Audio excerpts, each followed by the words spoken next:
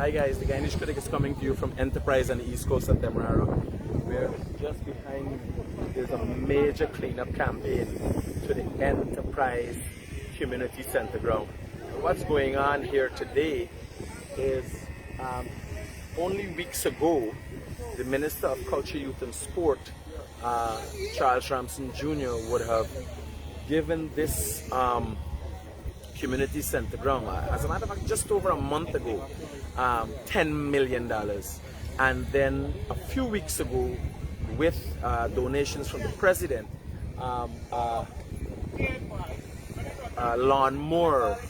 motorized lawnmower was also donated. The minister is meeting individuals who've been doing much of the cleanup and so on here. And I think to some extent there's a lot of individuals from the ground, the center ground here, from the community that are here also helping. So let me just go and let me just show you.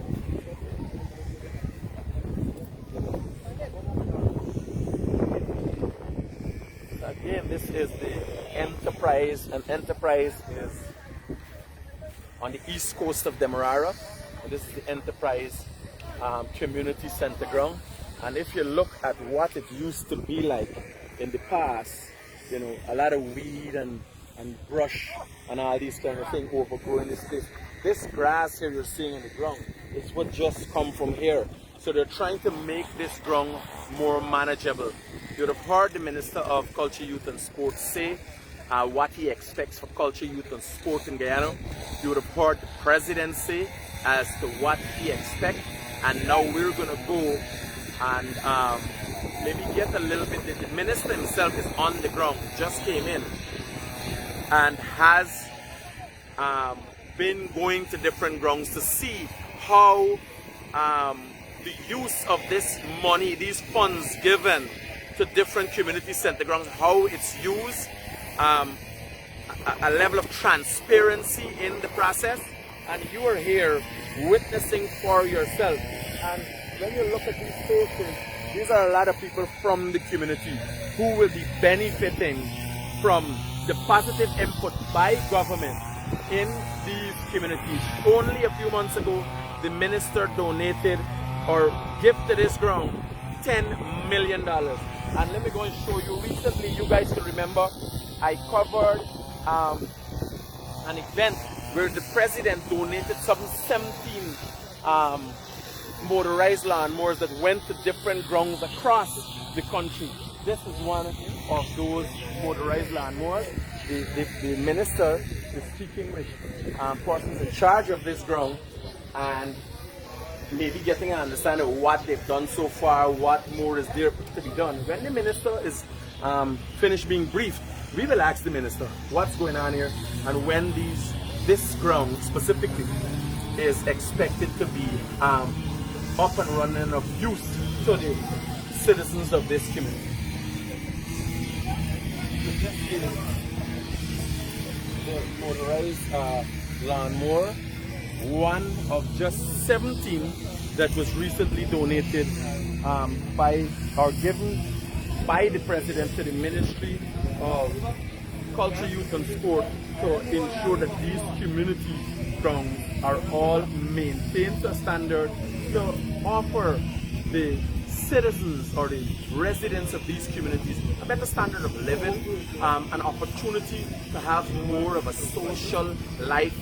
You know, most we think is more of the rum shop now and a party life, but now they're afforded the opportunity to have a positive developmental process through sport, youth, sport and culture for the youth and families and everybody in general. So let's go and see what the minister is doing. Maybe get some bit of an update as to if this is what he expected, because I know it's a few months now, going on to 2 months now. Almost $10 million was given to this ground. I was wondering if it took some time to get the money dispersed.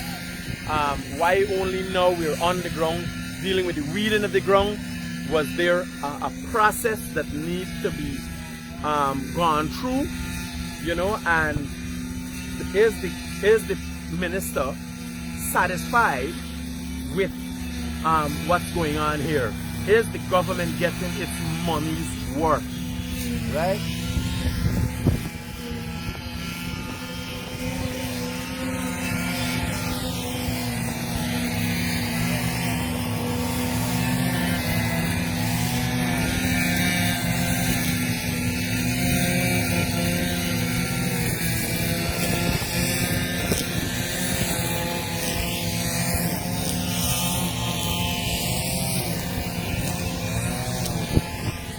Grounds are basically covered in grass, and although you have a first cut, if you look here, my hand, you know, up to my wrist still goes into grass. Although they made a first cut, they're making a second cut.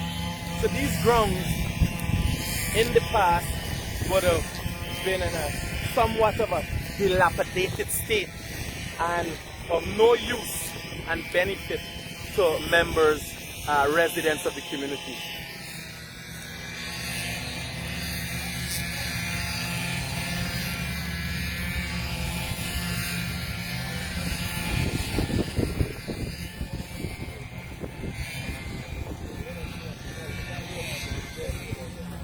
Young, vibrant Minister of Culture, Youth and Sport. Minister, I know you just come in, and are you satisfied with what you're seeing so far? Yeah, there's a lot of good work going on here. What's important is that all of this work here, which we, the ministry, organized through our youth program, this is our director of youth. All of this is being done by members of the community. So all these persons here are members of the community. Yeah, all of these people that you see here, they're members of the community. It's a volunteer program that we have started to set up across the country, coming out of the youth program at the ministry. And this is in connection with community grounds. There are two parts of it. One is the community support system, which is what you see here. And then the second part that we're going to be launching pretty soon is an apprenticeship program. So this is I'm pretty pleased to see the turnout here. And we're even inviting people from other communities to start to come to do this. And this is going to be an ongoing exercise. It's not you start here and then it never happens again. It's an ongoing exercise. Minister, I know it's just close to 2 months now. We've donated $10 million to this ground. A number of different grounds, $10 million each was given to. Are you satisfied in terms of the pace of work, how the money is being spent? Is the ministry on top of this as it relates to accountability? One of the biggest problems we have or have had in the past in our country. Yeah, we won't have those issues at our ministry. We are following all the financial laws in terms of our procurement and of both work and purchases. So community grounds are pretty important to the ministry now. And they've got, what we did here is not so much on the work side. We've done some works, but we also did some purchases. So they're going to get as well a roller, a 1-ton roller, which drives. Because this is a ground where you produce West Indian players. So it's got a good history of being able to have the program that produces really good cricket players. So one of the things that they had asked for was a roller. Hopefully in another maybe 2 weeks or so we'll be able to start receiving our rollers, but this is not the only one that will get rollers. And we also started to get brought our driving tractors and brush cutters here. Minister, with what you just said there, the government is not only looking at these grounds to stabilize social activity between residents, but they're also looking at stimulating economic activity as a result of producing cricketers and so on. So there's a whole new trend as to, because normally the ground was just the kids come and play cricket and all these things, but are you saying the government is taking a more serious approach as it relates to even economical development out of these grounds? Yeah, so two things. One is that the community centers are now going to form part of both our cultural program along with sport. I mean, sport is the obvious one, but it's going to be part of our cultural program too, as well as a training program. So we've already started to do training operations through our review department at a number of community grounds across the country.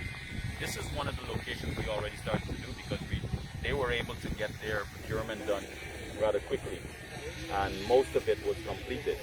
So we were able to already start doing some robotics training right here in this community center.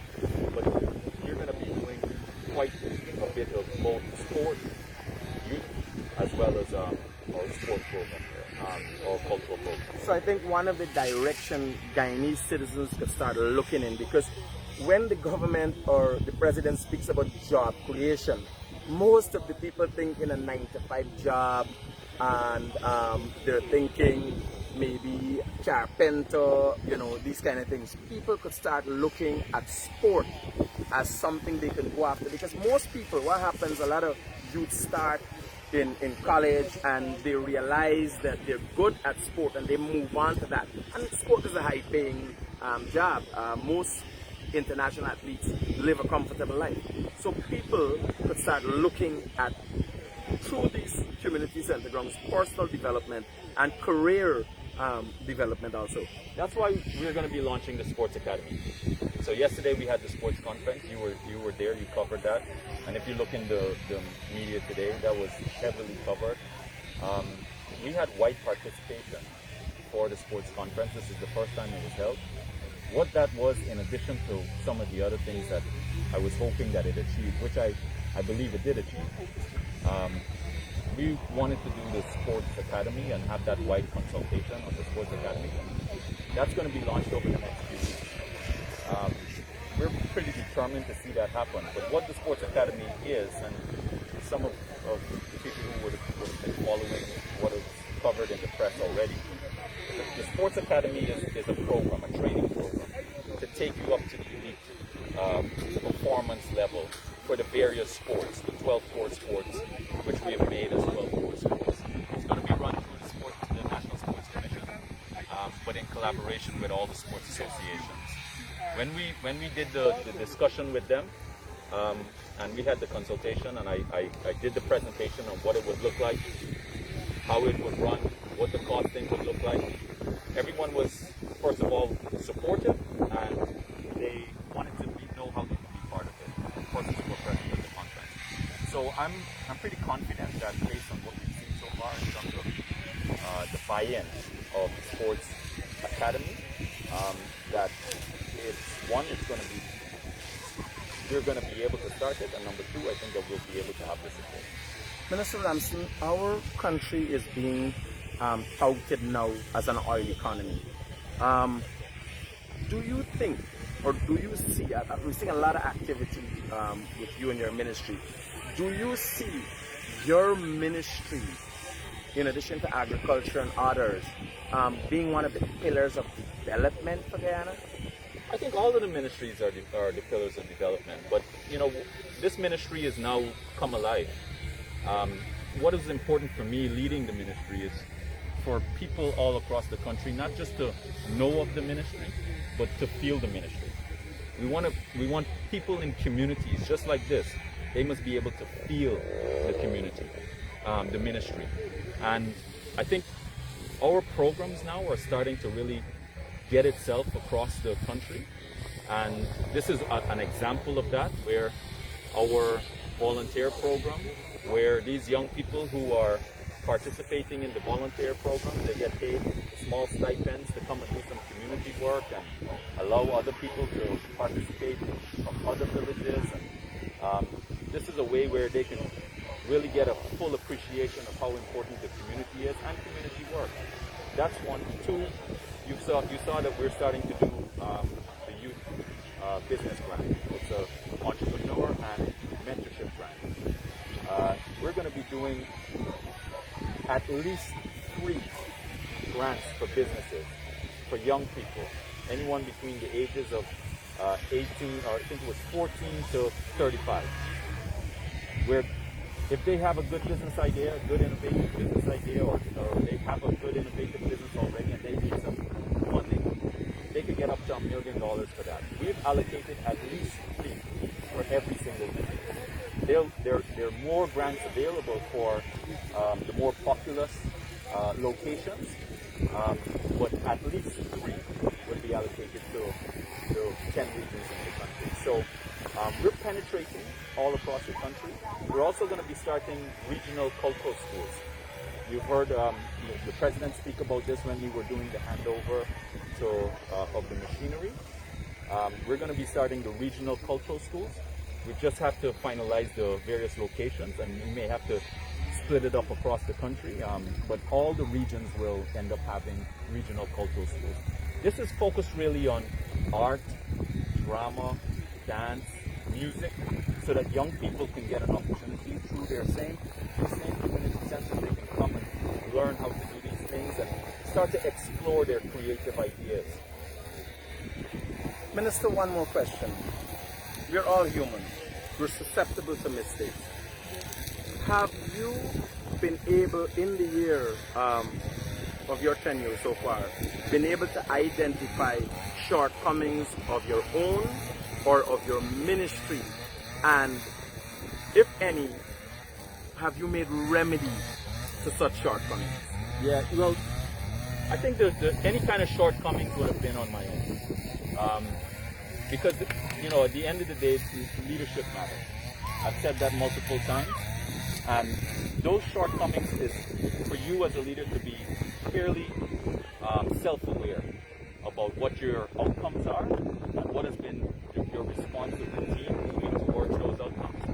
And being self-aware to make those adjustments. You've got to also appreciate that you are fallible. As just as you said, we're human. If you don't appreciate that you're fallible and that you can make mistakes and know how to remedy those, then you're not the right person to lead any organization, because then you should really be some kind of demigod. That's not how we do things at the ministry. We try to do things in the best way that we possibly could. We've got a good team that we've really started to awaken their passions to. And we haven't done much changes in the ministry. A lot of the people, in fact maybe 95% of the people who were at the ministry when I came in, they're still there. And it's become a very efficient ministry. Well, you tell me. So basically it's about leadership. It is about leadership. Because if you ask anybody across the country, of the ministries that they know, they will tell you that ministry of culture and sport is one of them. And prior to that, they wouldn't have been able to say that. They wouldn't have been able to say positive things about what are the programs that the ministry was doing, or the departments within whatever they had called it before in the previous administration, what they were doing. Now, it's now become a mainstream ministry. And we haven't had to change out major personnel in our ministry. It's a very small percentage. It's just a matter of how do you empower your team and get your team working in a coordinated way. I think we've got a good team at the ministry now, and their teamwork is very good. When I got there was a lot of infighting and undermining, and the director wasn't talking to the assistant director, or they were trying to undermine the PS, or a lot of these things that were happening that would destroy teamwork and morale and the culture within the organization.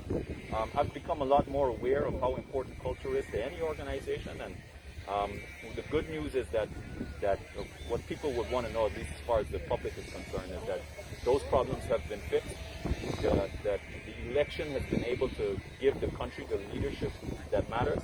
The president is now a president who understands the country. We didn't have that president before, and prior to 2020, we have a president now who understands the country in a very firm way. He also reflects a young, fresh thinking as well. You didn't have that in the last 5 years. So, at the end of the day, you want to be able to see that the country grows. We are going to become prosperous because of our oil resources and some of the other things that we're doing. but it's how you use your money too, and how we strengthen the institutions that make us function as a country. Democracy is an important part of that, and the proof of that is showing how the change of one president to the other has shown how effective of a president that you had. This morning you had the president at the scene of where you had a fire as a result of arson. Early in the morning you were there covering his presence there, and he's getting to the bottom of the issues before you had an invisible president. So I'm really happy to see that the country is starting to come together in a really powerful way, and I think that the best is yet to come. Minister, this ground that we stand on, enterprise, in layman terms, is what you call a PPP stronghold. Your administration's stronghold. The voters strongly support the PPP. We are standing on this ground, and now this ground getting itself a facelift. Well, you took the decision. Buxton Center ground is up, running, lights, fence, and up and running. You took the decision to see the opposition support stronghold get the first opportunity out of your ministry. And I can tell you, on the ground, some flack has been coming back because supporters say want the we first, right? Can you explain that, the decision in deciding, well, we look after Buxton first, or, was it economics? What was it for that decision? Several things. I think that the country was in a fairly bad place coming out of that 5-month period, and I think it wanted to heal. So as a political leader, you have to understand the sensitivities of the country. You have to understand too the zeitgeist at the moment. And it was very important for us to take that direction from the president when he said that he wanted to be a leader for all people, all communities, all regions. And whether they supported the PPP or not, it may not have, it wasn't the only ground that I did, or the only grounds that I would have done were opposition areas, or areas that would have supported the opposition in the last election. But I wanted to make sure that people knew that we were doing areas that weren't necessarily supportive of the People's Progressive Party. Because when you're elected to govern, the election is over. Your job is, how do you lead, and lead in the most effective way?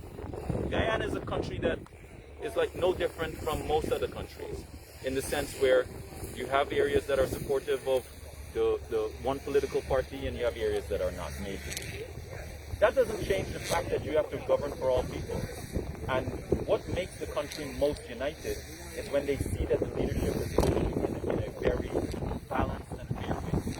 Now, this is not just a matter of what I'm doing here in the Ministry of Culture and Sport. This is a matter of what the entire government is doing. The president, when you examine how he goes into communities, the decisions that is made based on the policy and the direction, look at the house lots that are being allocated coming out of the housing ministry. You go through those names and you examine those persons, you will see that there is a very balanced distribution of allocations. Look at the scholarships that are coming out of the Ministry of Public Service. There's 6,000, I think, that was allocated in the first year already. A very balanced way in which those scholarships were allocated. That's something that's very important. Then you're speaking about other things that there's no way you can be unfair about its distribution. So, for example, the cash grant for Because We Care cash grant coming out of the Ministry of Education. Every Guyanese Who was eligible. You don't get to say a person from this political party gets and this person from this political party Household. And then the other one is the household cash grant for COVID. Every single family household, there may have been some people who felt as though they want to get more, or they were trying to game the system a little bit. You're going to have a little bit of grumbling, but we started the one of the cash grant operations in Region 10. Well, maybe 80% of the people in Region 10 voted for the opposition right now. So how could it be the case that anyone can claim that there's discrimination happening across the country. For the people who don't understand that you can't run a government effectively and win an election by doing things in an unfair way, they don't understand the country. In some of your experience, the kind of terms you're using, is your experience as a direct result of what you saw with the last administration? Partially, but it's also the principles of the People's Progressive Party that makes me understand what we are about and why I originally became a member of the People's Progressive Party. We have always been a party that is based on being a party for all of Guyana. We don't ever exclude groups. In fact, I remember deliberately and very clearly while we were in opposition, the General Secretary for the party, who's now the Vice President of the country and former President, Mr. Jack Deo, he had said that he would like to see more Afro-Guyanese in as members, not just supporters, but as members of the People's Progressive Party. No, the PNC has never done that. They've never said that they want to see any other race as part of their membership. And they've pigeonholed themselves into attempting to represent Afro-Guyanese view, even though they've neglected Afro-Guyanese in the last 5 years. They've neglected all of Guyana. So when they come now with their crocodile tears, most Guyanese are seeing through it. The only ones that are hanging on to it are the ones who would believe everything that the AP and UAFC says overseas. But the reason why there's not a lot of people on the ground here, that when I say on the ground here, I mean in the country, that are following and believing what the AP and UAFC is saying, is because they know that They're having a different experience totally than different experience. the people in the diaspora being told. Totally different experience, and you can't run a country today where you don't have the majority of any race, of any one race in the country. You don't have that. Everyone is mixed up. Everyone you have 40% or 30% in one group. Everyone now sees themselves falling into the category of being a Guyanese. And the one thing that I will never forgive the opposition for, other than trying to rig the election, is that when they lost the election and when the new government had sworn in, they started to discuss within their membership and publicly the partition of the country. That was something that I despise. I think it's one of the most disgraceful situations that ever occurred in the country. And we should never allow people who are such sore losers to ever get their hands on leadership again. The country is moving aggressively forward. The ministry is a typical example of how the country has changed in terms of governance. You never saw or heard from the Ministry of Culture and Sport prior to 2020. In fact, they disbanded and turned it into departments within ministries. They didn't care about young people. They didn't care about sport. They didn't care about the youth and culture in a major way. I said in Parliament that what they did for the 5 years for culture, the only major thing that they would ever claim that they did was spend $50 million on Bujubantan tickets, and that was the extent of their culture representation. So, we're moving in the right direction. The vast majority of the people in the country will see that and they believe that. And I think that we've got a far way to go. Our best days are yet to come. Minister, thank you for this opportunity, and I hope Guyanese could continue to depend on you. Guyanese of all walks of life could continue to depend on you, your government, your ministry, to support them in what is a very important developmental aspect of life: culture, youth, sport. Thanks, Minister. Thank you very much. So guys, you would have heard from Minister Charles Ramson Jr., the Minister of Culture, Youth and Sport, his take what's going on. And you know what I do? I come on the ground, I ask the hard questions. We don't beat around the bush, we cut down the bush. You understand? We don't beat around the bush, we get straight to the point and deal with the issues that affect you and find out how you and me could get more and become a better people in a better country. The Guyanese Critic coming to you live from Enterprise Community Center Ground, where we just spoke to the minister, and I'm hoping that that bit of conversation brought a bit of clarity to you in helping you understand better the direction of the government, the intention of the government, the direction of the Ministry of Culture, Youth and Sport, the kind of leadership you get from Charles Ramson Jr. And in you understanding better what to expect, you could also plan your future. And this is an important thing I want to share with my Guyanese brothers and sisters. Use these opportunities. This ground that is being cleaned up and so on, use these opportunities to develop yourself. Remember, play a role, play a part. When you see people go nasty the ground and people are doing things that are going to be negative to your community, your development, the development of your children, and the future of this country, please speak up, speak out. If you see their shortcomings with the government, you tell them. When you see the minister, and most of the ministers are always on the ground somewhere, you tell them, this is the issue. Most of the ministers, their numbers are out there. You gonna call and cuss me a little more harsh, me a little more rough around the edges. You message them and say, Minister, this is some of the issues that are affecting me. I would like to see change. The Guyanese Critic coming to you live from Enterprise.